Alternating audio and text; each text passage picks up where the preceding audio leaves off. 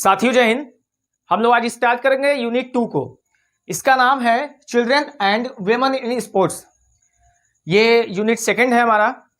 इस वीडियो में हम लोग कवर करेंगे व्हाट इज पोस्चर, मुद्रा क्या है, what is good posture, correct posture क्या होता है, करेक्ट सिटिंग पोस्चर क्या है, करेक्ट स्टैंडिंग पोस्चर क्या है, और साथ ही साथ हम लोग आज डिस्कशन करेंगे कि what is the cause of bad posture. Okay, in 4 point पे हम लोग को चर्चा करनी है आज इस वीडियो में।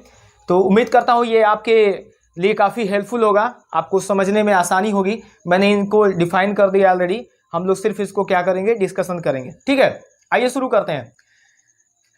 इसके बाद भी हम लोग को जो चीज़ें जाननी है that is special consideration, menarche menstrual dysfunction. उसके बाद हमें फीमेल एथलीट्राइड भी पढ़ना है। इसमें 3 पॉइंट है, फीमेल एथलीट्राइड 3 है, ऑस्टियोपोरोसिस है, एमिनोरिया है और ईटिंग डिसऑर्डर है। तो ये हम लोग नेक्स्ट वीडियो में कवर करेंगे। इस वीडियो में हम लोग अभी posture, good posture, correct sitting posture और करेक्ट स्टैंडिंग पोस्चर के साथ साथ हम लोग कॉजेज ऑफ बैड पोस्चर को कवर करने वाले हैं। ठीक है, तो आइए शुरू करते हैं। सबसे पहले हम लोग देख रहे हैं कि यहाँ पे डिफाइन करा गया है पोस्चर को। पोस्चर मतलब मुद्रा। Posture is a specific body position. ये हमारे शरीर की एक विशेष अवस्था होती है। इट में भी स्टैटिक, ये स्थिर भी हो सकती है, जैसे सिटिंग है और रीडिंग है। अगर हम बैठे हुए हैं तो स्थिर अवस्था में है, और रीडिंग कर रहे हैं मतलब पढ़ाई कर रहे हैं तो भी हम स्थिर अवस्था में ही हैं। और डायनेमिक या गति में भी हो सकती है। इसको यहाँ पे बताया गया रनिंग, वॉकिंग, प्लेइंग और एनी वर्किंग। मतलब हमें यह बताया गया कि पोस्चर जो होता है वो हमारे शरीर की एक विशेष अवस्था है जो गति में भी हो सकती है और स्थिर अवस्था में भी हो सकती है। ठीक है, यहां तक आसान है, कोई दिक्कत नहीं हो रही होगी। आइए समझते हैं आप गुड पोस्चर क्या है। ये तो पोस्चर हो गया था, अब गुड पोस्चर को समझा जाता है। ठीक है, good posture is a position in which the body produced list fatigue. कह रहा है कि गुड पोस्चर जो है एक पोजीशन है हमारे बॉडी का, हमारे शरीर का, जिसमें हमारा जो शरीर है वो बहुत ही कम थकता है, यानी थकान को बहुत ही कम प्रोड्यूस करता है। ठीक है, तो ये भी आसान है। ठीक है, समझने में आसानी होगी आपको।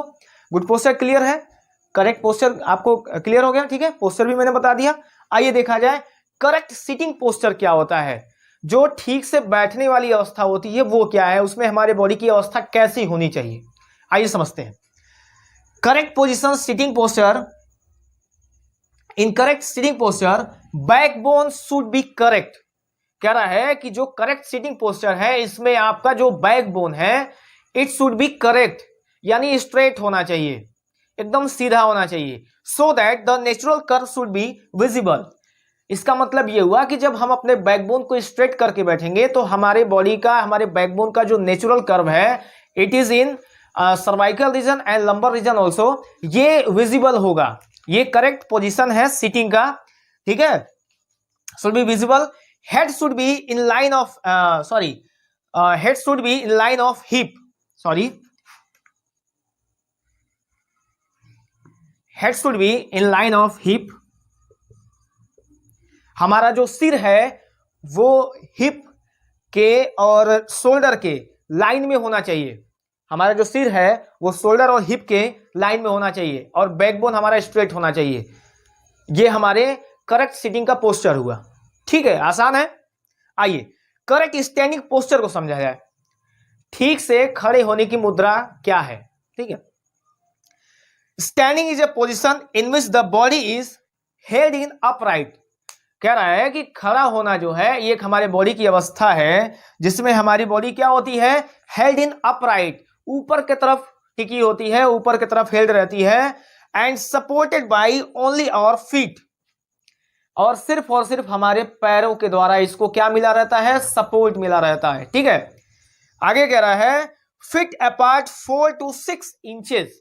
हमारे जो पैर हैं वो 4 से 6 इंचेस दूर होने चाहिए। रफली कहा जा सकता है कि जितने हमारे शोल्डर की चौड़ाई है इतने ही चौड़े हमें पैरों को अपने करना चाहिए। आगे कह रहा है फिट शुड बी पैरेलल। हमारे जो पैर हैं वो समानांतर होने चाहिए, पैरेलल होने चाहिए, टोज भी हमारे सीधे होने चाहिए, to each other and balance evenly on both feet, और दोनों पैरों पे समान रूप से भार देना चाहिए। क्योंकि अगर समान रूप से भार हम नहीं देते हैं तो इसी चैप्टर में आगे हमें डिस्कशन करना है कि जो पोस्चरल डिफॉर्मिटीज हैं इनके होने के चांसेस या इनके होने के खतरे बढ़ जाते हैं। ठीक है, अगर आप किसी बॉडी के एक स्पेसिफिक साइड में ज्यादा बॉडी का वेट देते हैं या किसी एक बॉडी के साइड में ज्यादा वेट कैरी करते हैं, लेग लेंथ डिफरेंस है या कोई अन्य कारण है, तो आपको पोस्चरल डिफॉर्मिटीज हो सकती हैं। ठीक है, इनको हम लोग नेक्स्ट वीडियो में कवर करेंगे। ठीक है, मुझे उम्मीद है कि ये आपको समझ आ गया होगा, आसान है ये। ठीक है, अब आइए समझते हैं कि कॉजेज ऑफ बैड पोस्चर क्या होते हैं, हमारे बैड पोस्चर क्यों होते हैं, आखिर हम क्यों मेंटेन कर नहीं पाते। तो कुछ इसके कॉजेज हैं, आइए समझते हैं इसको। There are so many causes of bad posture, but some important causes of bad postures are given below. The first is wrong postural habits. जो हमारे पोस्चर की गलत आदतें हैं, ये हम कह सकते हैं कि सही तरीके से बैठना नहीं, सही तरीके से खड़े नहीं होना, चलने का गलत तरीका, तो ये सभी जो कॉजेज हैं इसमें टॉप पे कंसीडर किए जाएंगे। Wrong postural habits, bike riding हम करते हैं, स्टडी करते हैं, रीडिंग करते हैं, स्मार्टफोन ऑपरेट करते हैं, तो हमारा जो पोस्चर होता है वो बिल्कुल भी करेक्ट नहीं होता है, तो ये कहीं ना कहीं जो होता है बैड पोस्चर के कॉज में आएगा। ठीक है, और इसके वजह से पोस्चर डिफॉर्मिटीज को भी हम क्या करते हैं, इन्विटेशन करते हैं। ठीक है, ओबेसिटी, मोटापा एक बड़ा कारण हो सकता है बैड पोस्चर का, और ना सिर्फ बैड पोस्चर का बल्कि पोस्चरल डिफॉर्मिटीज का भी, क्योंकि मोटापा हमने इसके पहले वीडियोस में जाना है कि बहुत सारे डिजीज को भी इनवाइट करता है।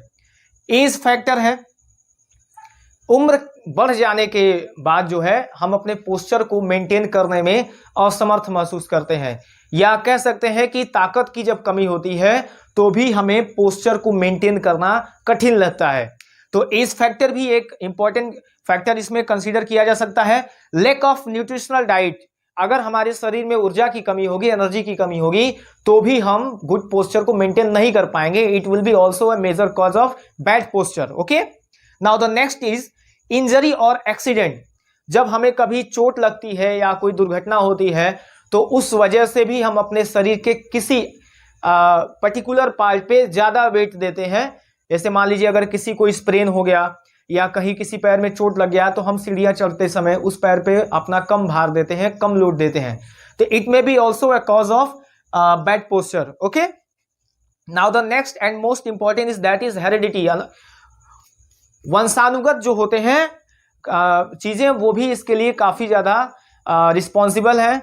अगर किसी को ये हेरिडिटी वाली प्रॉब्लम है तो उसके साथ ये समस्याएं हो सकती हैं, ये बैड पोस्चर में कंसीडर किया जाएगा, और इसके वजह से बहुत सारी deformities such as kyphosis, scoliosis, flat foot, ये सारी चीजों को हम लोग हेरिडिटी में कंसीडर कर सकते हैं। These are postural deformities. And in last, bad shoes और क्लॉथिंग, जो हमारे जूते होते हैं वो भी कहीं ना कहीं हमारे पोस्चर को मेंटेन करने में काफी ज्यादा हेल्प करते हैं। हम लोग आगे जानेंगे कि कैसे फ्लैट फुट जो है वो बैड शूज के वजह से होता है, या राउंड शोल्डर जो है वो लैक ऑफ कॉन्फिडेंस या टाइट क्लॉथिंग के वजह से होता है। ये सब इसके फैक्टर्स हो सकते हैं। ठीक है, तो हमने इस वीडियो में 3-4 इंपॉर्टेंट पॉइंट्स पे डिस्कशन करा आपके साथ। पहला इसमें पोस्चर था, दूसरा गुड पोस्चर था, तीसरा हमने करेक्ट सिटिंग पोस्चर को देखा, फिर हमने करेक्ट स्टैंडिंग पोस्चर को देखा, and finally we are discussing here the causes of bad posture. ठीक है, तो ये आपके एग्जाम के पॉइंट ऑफ व्यू से और आपको अपने लाइफ में भी इसको इम्प्लीमेंट करना चाहिए, ये काफ़ी ज़्यादा इंपॉर्टेंट है। उम्मीद करता हूँ कि आपको ये लेक्चर आसान लगेगा समझने में और अच्छा लगेगा। तो इसी के साथ ये वीडियो समाप्त करते हैं। जय हिंद।